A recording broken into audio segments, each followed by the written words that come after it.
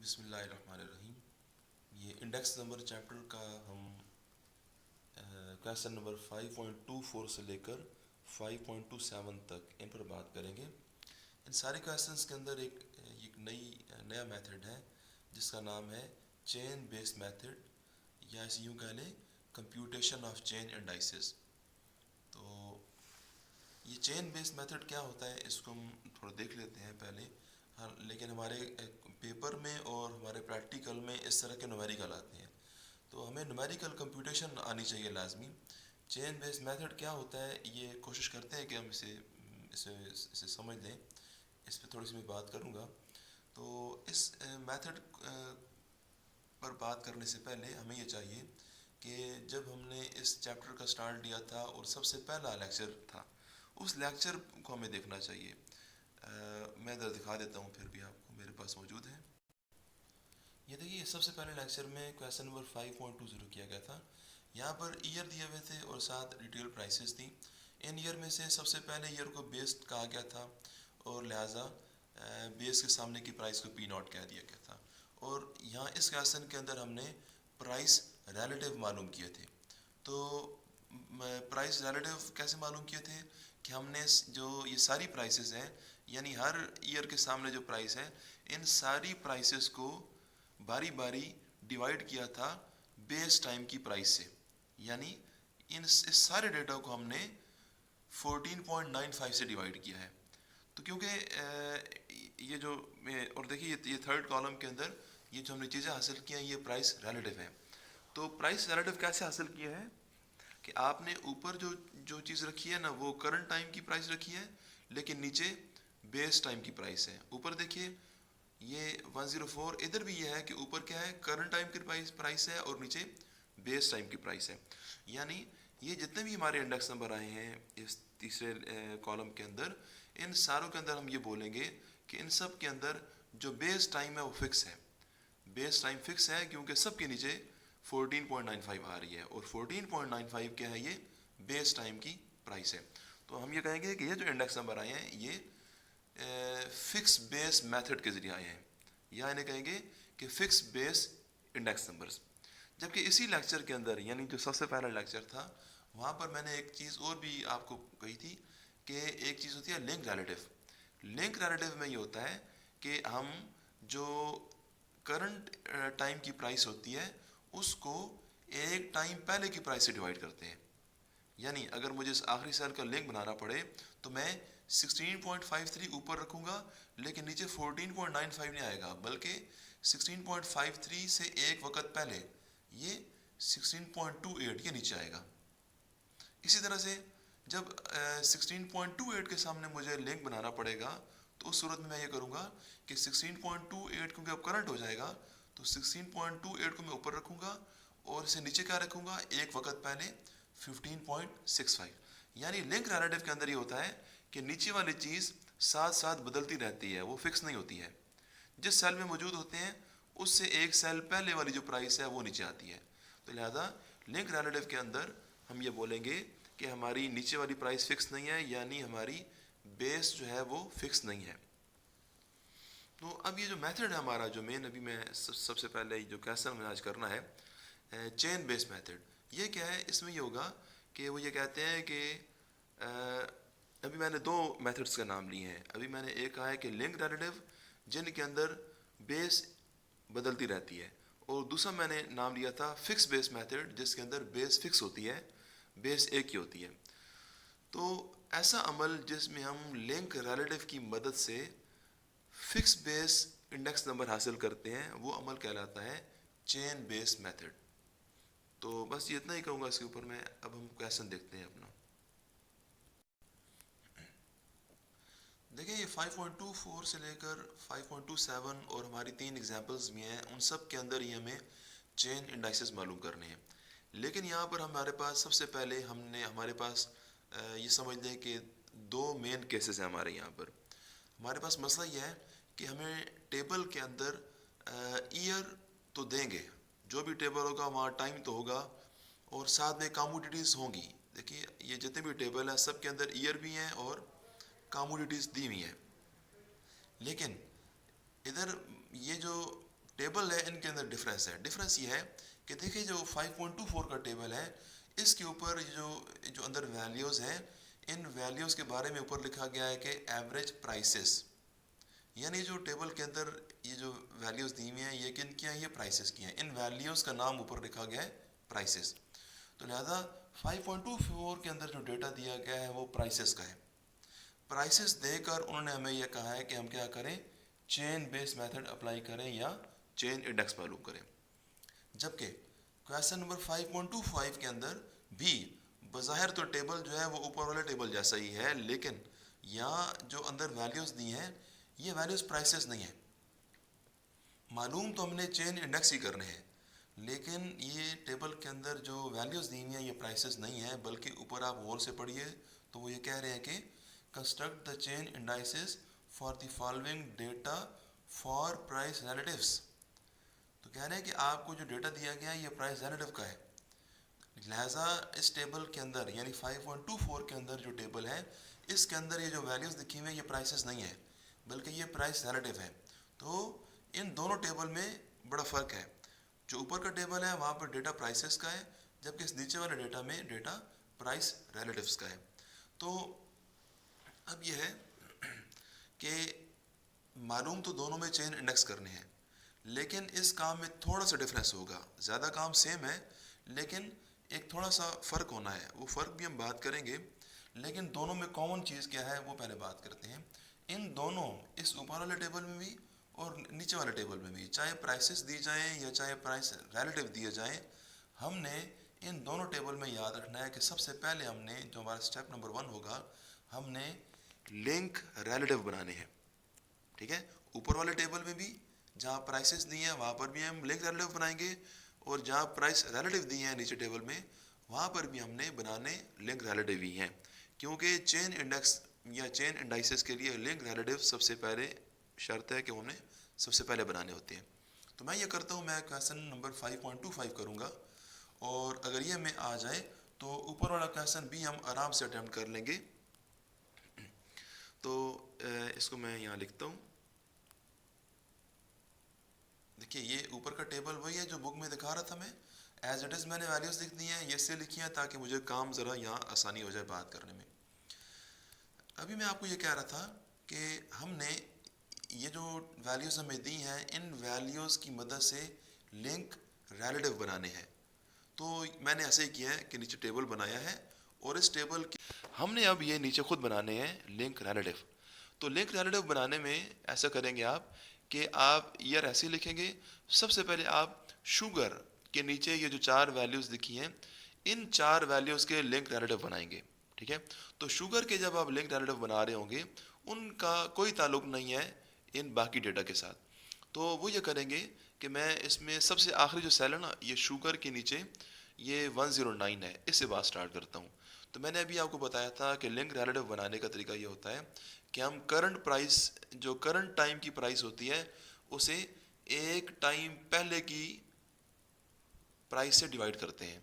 यानी हमें अभी जब मैंने नीचे लिंक बनाए हैं तो मैंने कैसे बनाए हैं, मैंने ये किया है कि 109 को मैंने डिवाइड किया है 114 से, और जब 114 की बारी आई है, 114 का ये जो सेल है उस सेल के लिए मैंने ये नीचे जब काम किया था तो फिर मैंने वहाँ पर किया था कि मैंने 114 को डिवाइड किया था 100 से, और जब 100 की बारी आई है तो 100 को डिवाइड किया था 98 से। ये काम देखिए यहाँ पर लिखा भी हुआ है। देखिए ये जो 1944 है इसके सामने ज़रा देखिए, 1994 के सामने मैंने ये तरीका लिख दिया है इस सेल के अंदर। ऊपर लिखी हुई है 109 इसलिए ऊपर लिखी है क्योंकि उस जगह की अपनी प्राइस 109 है, जो उस सेल की प्राइस है वो ऊपर आएगी, और नीचे क्या आ रही है 114। 114 क्या है जी, ये एक टाइम पहले की प्राइस है। तो ये डिवाइड कीजिए, 100 से मल्टीप्लाई लाजमी करना है तो आपको आंसर मिलेगा 95.6। नेक्स्ट 1943, ये कहाँ से आई है जी, 1943 की ऊपर अपनी प्राइस हमें गिवन थी 114, तो 114 गिवन थी, ये ऊपर रखेंगे, ये मैंने ऊपर रखी है, और इसको डिवाइड किया है कैसे 100 से, और 100 क्या है जी, 100 जो है ये 114 से एक टाइम पहले की प्राइस है। तो एक टाइम पहले की प्राइस 100 ये नीचे रखी गई है, और मल्टीप्लाई 100 से ही करना है, तो ये 114 आंसर आ जाएगा। फिर 1942 के सामने क्या लिखा हुआ है? 1942 के सामने ये क्या चीज़ें, ये रेशो क्या आ रही है? 42 की अपनी वैल्यू वहाँ पर है ऊपर 100, ये 100 जो है इसको ऊपर रखा गया है, ये ऊपर रखा है जी, और 100 से पहले जो प्राइस है 98 उसको ये नीचे रखा गया है, और इसको 100 से मल्टीप्लाई करके ये आंसर आ गया 102.04। जबकि अभी 1998 है, क्योंकि 1998 से ऊपर वैल्यू नहीं है। अगर ऊपर वैल्यू होती तो फिर हम 1998 को उस ऊपर वाली वैल्यू से डिवाइड कर देते, लेकिन अभी क्योंकि इससे पहले वैल्यू नहीं है तो इसको आप एज इट इज़ रखिए, 98 को ऐसे लिख दीजिए।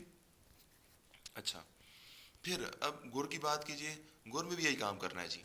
गुर में भी ये, मैं नीचे वाले से बात स्टार्ट करूंगा। मैंने ये करना है कि गुर की ये जो वैल्यूज़ गिवन थी, इन वैल्यूज़ की मदद से मैंने ये नीचे बनाई है लिंक। तो फिर ये कैसे बनाई है? मैंने बनाया कि 84 को मैंने डिवाइड कर दिया है 83 पे। तो ये देखिए 84 डिवाइड 83 इंटू 100 किया 101.2।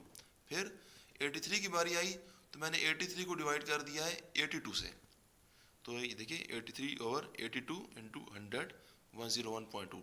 सिमिलरली 82 को 75 से डिवाइड किया है, और फिर 75 की जब बारी आई है तो 75 से ऊपर वैल्यू नहीं थी तो 75 को एज इट इज़ लिखा गया। बाकी ये जो टी और काफ़ी, इनका ये मैंने सिर्फ लिख दी है वैल्यूज़ यहाँ पर। मैंने इस तरह से ये तरीका नहीं लिखा है ये डिवाइड करना यहाँ, क्योंकि हमने पेपर में भी जस्ट हमने ये वैल्यूज़ लिखनी है। इस तरह मैंने ये टी और कॉफ़ी के नीचे वैल्यूज़ लिखी हैं, आप सिर्फ इसी तरह से वैल्यूज़ लिख देंगे, लेकिन ऊपर नाम लिंक रिलेटिव लाजमी लिखेंगे।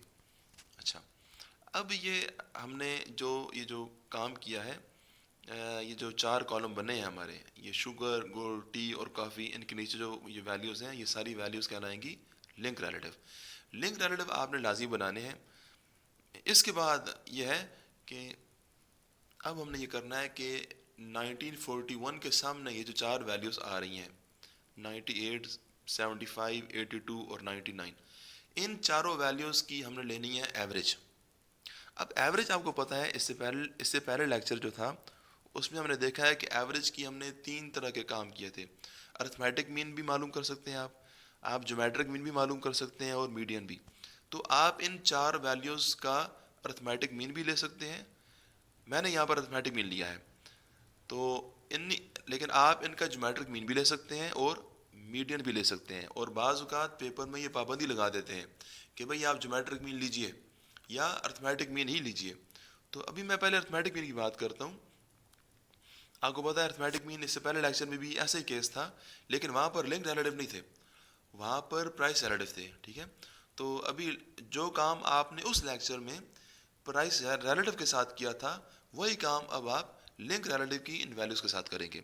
यानी इन चारों वैल्यूज़ को ऐड करिए, ये टोटल लिख दिया मैंने ऊपर, इन चारों वैल्यूज़ का टोटल आ रहा है 354। फिर नीचे 42 के सामने ये जो वैल्यू आई हुई है 102, 109, 90 और ये 101, इन चारों को ऐड करके ये लिख दिया 402.55। फिर 43 के सामने जो 4 वैल्यूज़ हैं उनका टोटल भी किया, और 44 के सामने जो 4 वैल्यूज़ हैं उनके टोटल किए। अब आपको पता है कि जो ये साथ लिखी हुई है एवरेज, एवरेज यहाँ पर मतलब होगा अरिथमेटिक मीन। तो अरिथमेटिक मीन के फार्मूले में आती है कि चीज़ों का सम किया जाता है और फिर उनकी तादाद पे डिवाइड किया जाता है। तो ये सम तो हो गया है, ये टोटल का मतलब सम ही था। तो 354 जो है, अब क्योंकि 354 4 चीज़ों का सम है, ये 4 वैल्यूज़ का सम है, तो आपने 354 को 4 पे डिवाइड करना है, तो आपको ये एवरेज मिल जाएगी 88.5, यानी ये अरिथमेटिक मीन है आपका। फिर 402.55, ये भी 4 ही वैल्यूज़ का सम है, लिहाजा 402.55 को भी आप 4 पे डिवाइड करेंगे तो आपको मिलेगा 100.64। सिमिलरली ये नीचे वाली दोनों वैल्यूज़ को भी हम 4 पर डिवाइड करेंगे तो हमें ये आंसर मिल जाएंगे। अब यहाँ तक तो आई है अरिथमेटिक मीन। ये हमारे नेक्स्ट कॉलम में है चेंज इंडेक्स, ये हमारे आंसर्स हैं। अब ये क्या होगा कि जो आपके पास एवरेज आई है, पहली एवरेज 88.5 आप एज इट इज़ यहाँ लिख देंगे। ठीक है, ये एज इट इज़ लिखी गई है। नेक्स्ट नीचे वाली जो है ये कैसे आएगी? ये आएगी आपकी, ये जो ऊपर वाली आपने वैल्यू लिखी है ना चेन इंडेक्स की 88.5, यानी ऊपर वाली वैल्यू को और इस सेल के साथ ये जो एवरेज लिखी हुई है 100.64 को और 88.5 को आपस में मल्टीप्लाई करना है। और ये मैंने किया है कि मैंने ऊपर वाली वैल्यू 88.5 ये लिखी है जी, और मल्टीप्लाई बाय 100.64, 100.64 ये 7 वाली है जो एवरेज है, ये मल्टीप्लाई करेंगे और 100 पर डिवाइड करेंगे तो ये आंसर आएगा 89.1। फिर नीचे वाले सेल में ये करेंगे कि जो ऊपर 89.1 आई है, 89.1 को यहाँ लिखेंगे, ये लिखिए 89.1 मल्टीप्लाई बाय, अब इस जगह पर जो एवरेज है ये है 106.15, तो 106.5 को यहाँ ये देखिए मल्टीप्लाई किया गया और डिवाइड किया गया 100 से। डिवाइड हमेशा 100 से ही किया जाएगा, कोई भी सेल होगा उसके अंदर डिवाइड हमने 100 से ही करना है। लेकिन ऊपर जो चीज़ें मल्टीप्लाई हो रही होती हैं वो मल्टीप्लाई कौन सी हो रही होती हैं, वो ये हो रही है कि मिसाल ये जिस सेल की मैं बात कर रहा हूँ इसमें ऊपर वाला 89.1 और साथ वाली 106, यानी यूँ बोलिए कि जिस सेल में आप मौजूद हैं उस सेल से ऊपर वाली वैल्यू और उस सेल की साथ वाली वैल्यू ये आपस में मल्टीप्लाई होंगी, यानी ऊपर वाली और साथ वाली वैल्यूज़ को मल्टीप्लाई करना है। इसी तरह से अब नीचे वाला सेल है सबसे आखिरी, इधर मैं ये बोलूँगा कि ऊपर वाली है 94.54 और साथ वाली है 100.55, तो यानी ऊपर वाली 94 को और साथ वाली 100.55 को ऊपर ये मल्टीप्लाई किया गया है और डिवाइड वही बात है कि 100 से किया गया है, तो मुझे आंसर मिला है 91.5। ये हमारे जो 4 वैल्यूज़ आई हैं ये हमारे आंसर्स हैं, ये हमारे चेन इंडाइसेस हैं। अच्छा, अब यह है कि ये ऊपर ये सॉल्यूशन के बाद ये लाइनें क्या लिखी गई हैं और नीचे ये दूसरा टेबल क्यों बनाया गया है। हमारा अभी ये क्वेश्चन हमारे जो बुक में क्वेश्चन था उसके मुताबिक ये ऊपर का टेबल हमारा आंसर है, ठीक है, लेकिन नीचे का काम मैंने एक्स्ट्रा किया है। ये इसलिए किया है कि यहाँ पर देखिए इस क्वेश्चन के अंदर आप स्टेटमेंट पढ़िएगा, आपके पास यहाँ 4 साल है 1941 से लेकर 44। बुक के अंदर क्वेश्चन के अंदर जो स्टेटमेंट है मैं दोबारा दिखा देता हूँ। इस स्टेटमेंट के अंदर कहीं भी ऊपर देखिए ये नहीं लिखा गया है कि हमने इन चारों सालों में से बेस ईयर कौन सा लेना है। हमें यहाँ पर सिर्फ इतना कहा गया है कि construct the chain indices for the following data for the price relatives for 1941 to 44, यानी 41 से लेकर 44 तक जो साल हैं उनके चेन इंडाइसेस निकालिए। लेकिन यह नहीं बताया गया है कि हमने बेस ईयर कौन सा लेना है, यहाँ बेस बताई नहीं गई है। तो ऐसा क्वेश्चन जिसके अंदर हमें प्राइस रिलेटिव दिए गए हों और बेस ईयर ना बताई गई हो, उस सूरत में हमने ये करना है कि हमने पहले साल के सामने देखिए मैंने लिखा है 98, 75, 82, लिंक रिलेटिव के अंदर मैंने ये जो 98, 75 ये कहाँ से ली है, जो ऊपर के टेबल में हमें क्वेश्चन के अंदर 98, 75, 82, 99 दिए हुए थे, ये पहले साल की जो वैल्यूज़ हैं 41 के सामने की वैल्यूज़, वही वैल्यूज़ यहाँ नीचे दोबारा लिंक में लिखी गई हैं, जबकि बाकी वैल्यूज़ बदल रही हैं। बाकी देखिए बाकी तो एक कंप्यूटेशन ये हमने कुछ लिंक बनाए हैं, लेकिन पहले साल के जो वैल्यूज़ हैं वो एज इट इज़ लिखी गई हैं जो हमें ऊपर दी गई थी। तो लेकिन ये हमेशा ऐसा नहीं होता है, हमेशा ऐसा नहीं है कि हम 41 के सामने की वैल्यूज़ एज इट इज़ यहाँ लिखते हैं, बल्कि बाज़ औक़ात ये चीज़ चेंज हो जाती है। ये कब चेंज होती है, ये उस सूरत में चेंज होती है कि जब हमें अगर यहाँ हमें इस क्वेश्चन के अंदर ये लिखा जाता कि भाई आप 1941 को बेस लीजिए, अगर यही क्वेश्चन होता सारे का सारा, बाकी सारा क्वेश्चन यही होता, यानी हमें प्राइस रिलेटिव दिए जाते, लेकिन हमें यह कहा जाता कि 41 को बेस लीजिए, तो फिर हमने ये करना था कि बाकी सारा काम तो इसी टेबल जैसा करना था, जो भी किया है इस टेबल में सारा काम यही करना था, लेकिन 41 के सामने जो वैल्यूज़ हैं फिर वैल्यूज़ आपने 98, 75 नहीं लेनी थी, बल्कि फिर आपने ये करना था कि नीचे वाला काम करना था। नीचे काम देखिए मैंने ये किया है कि मैंने यहाँ लिखा है when 1941 is taken as base. जब हमें क्वेश्चन में ये कह दिया जाए कि 41 यानी पहले साल को बेस लीजिए, तो फिर हमने ये करना है कि 41 के सामने 100, 100 और ये आगे भी 100 लिख देना है। अब दोनों टेबल में आप फ़र्क देख लीजिए, ऊपर वाले टेबल में 41 के सामने जो डेटा ऊपर क्वेश्चन में दिया गया था वही लिखी गई है वैल्यूज़, लेकिन नीचे वाले टेबल के अंदर वही वैल्यूज़ नहीं है, बल्कि हमने 100 लिखा है। 100 कब लिखना है, जब हमें पहले साल को बेस देने को कहा जाए। लेकिन हाँ, और बाकी देखिए बाकी काम सारा सेम है, बाकी वही वैल्यूज़ हैं 95.6, ये देखिए मैंने वही लिखी है। फिर 114 एज इट इज़ लिखी गई है। 102.0 सारी ऐसी लिखनी है। बाकी सारी 42 43 के सामने जो काम आपने ऊपर के टेबल में किया है वही काम नीचे वाले टेबल में करेंगे, लेकिन सिर्फ फ़र्क पहले साल में आएगा। पहले साल का मसला है कि अगर पहले साल को बेस लेने को कहें तो उनके सामने 100 लिखेंगे, पहले साल को बेस लेने को ना कहें तो सेम वैल्यूज़ लिखेंगे जो क्वेश्चन के अंदर दी गई थी। अच्छा, आगे काम भी सारा सेम है, आगे उसी तरह से हमने टोटल लेने हैं जी, लेकिन क्योंकि अभी पहले साल की वैल्यूज़ बदल गई हैं तो अब जो टोटल है वो 400 हो गया है, वहाँ पर 354 था। अच्छा, इसके बाद यह है कि बाकी काम सारा सेम है। अब एक बात मैं और करूँगा कि अगर आप यहाँ पर, मैं वैसे हालांकि ये बात इससे पहले लेक्चर में हो चुकी है कि अगर अभी यहाँ पर मैंने ये किया है कि लिंक रिलेटिव बनाए हैं और लिंक रिलेटिव की एवरेज ली है।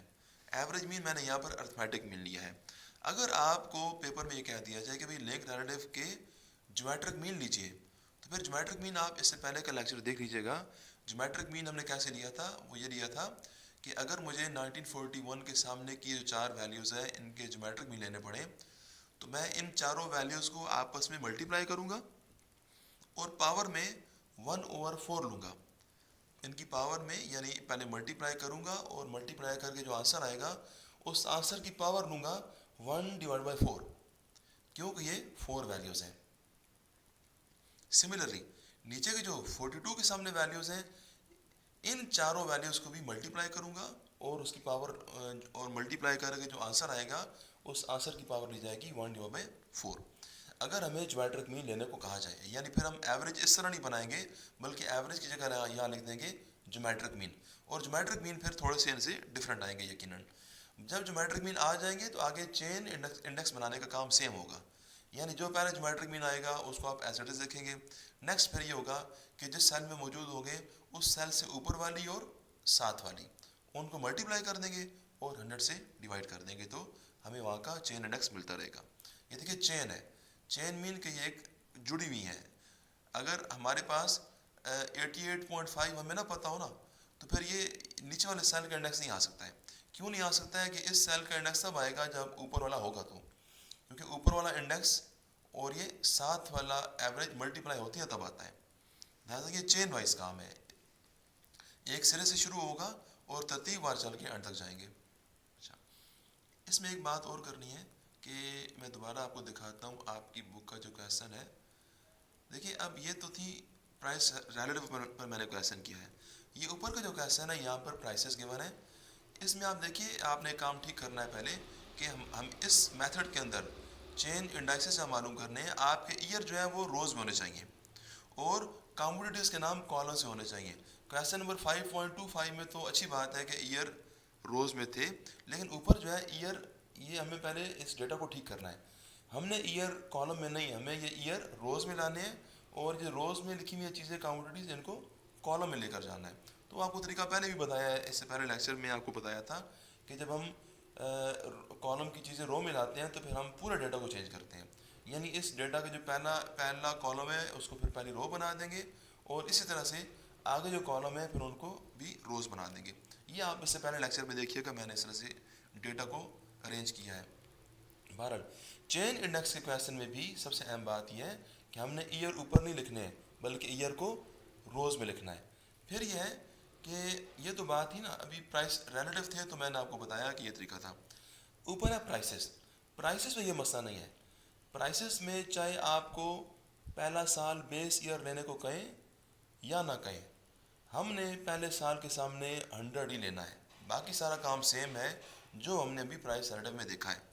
ठीक है जी, जो काम अभी आपने लिंक बनाए हैं जिस तरह से आपने प्राइसेस के लिंक भी उसी तरह से बनाने हैं, और जो पहले साल के जो लिंक होंगे प्राइसेस के केस में, पहले साल के लिंक के सामने आप 100 ही लिखेंगे चाहे पहले साल को बेस लेने को कहे या ना कहे। इस पर हमारी बुक में एग्जांपल्स मौजूद हैं, वो आप देख लीजिए। ये देखिए एग्जांपल नंबर 5.55 है, यहाँ पर डेटा है और डेटा ये देखिए ईयर इस तरह से लिखे हुए हैं और कमोडिटीज कॉलम में तो ये ठीक डेटा है। ये ऊपर लिखी है प्राइसेस, यानी अब डेटा प्राइसेस का है, ये डेटा प्राइस रिलेटिव का नहीं है। तो प्राइसेस का डेटा है तो मैं आपको बोल रहा था कि पहला साल 1940 क्वेश्चन के अंदर तो उसने लिखा है कि 40 को बेस लीजिए। अगर इस क्वेश्चन में वो ना भी लिखते 40 प्राइसेस के केस में, चाहे पहले साल को बेस लेने को कहें या ना कहें, हमने ये करना है कि जब हम इनके लिंक बनाएंगे तो बाकी काम तो सारा सेम होगा, लेकिन 1940 के सामने ये करेंगे कि हम 100 ही लेंगे। ये देखिए ये 7 टेबल उन्होंने काम किया है, 1940 के सामने उन्होंने 100 लिया है। बाकी नीचे काम देखिए जो मैंने लिखा है, उन्होंने भी उसी तरह से ये डिवाइड किया है, लिंक बनाए हैं, और आगे सारा काम उन्होंने ये किया है। बाकी काम सारा सेम है, चाहे प्राइसेस हो चाहे प्राइस रिलेटिव हो, पहले साल को छोड़कर आगे आगे सारा काम सेम होता है। तो प्राइसेस में ये होगा कि 100 ही आएगा, चाहे पहला साल बेस हो या ना हो। लेकिन प्राइस रिलेटिव के अंदर हमारे पास दो ऑप्शन होते हैं कि अगर पहला साल बेस हो तो फिर 100 लिखते हैं, अगर पहला साल बेस ना हो तो फिर जो डेटा क्वेश्चन में दिया जाता है उसी डेटा में से पहले साल के सामने जो वैल्यूज़ दी जाती हैं वो लिखते हैं। ओके जी, अल्लाह हाफिज़।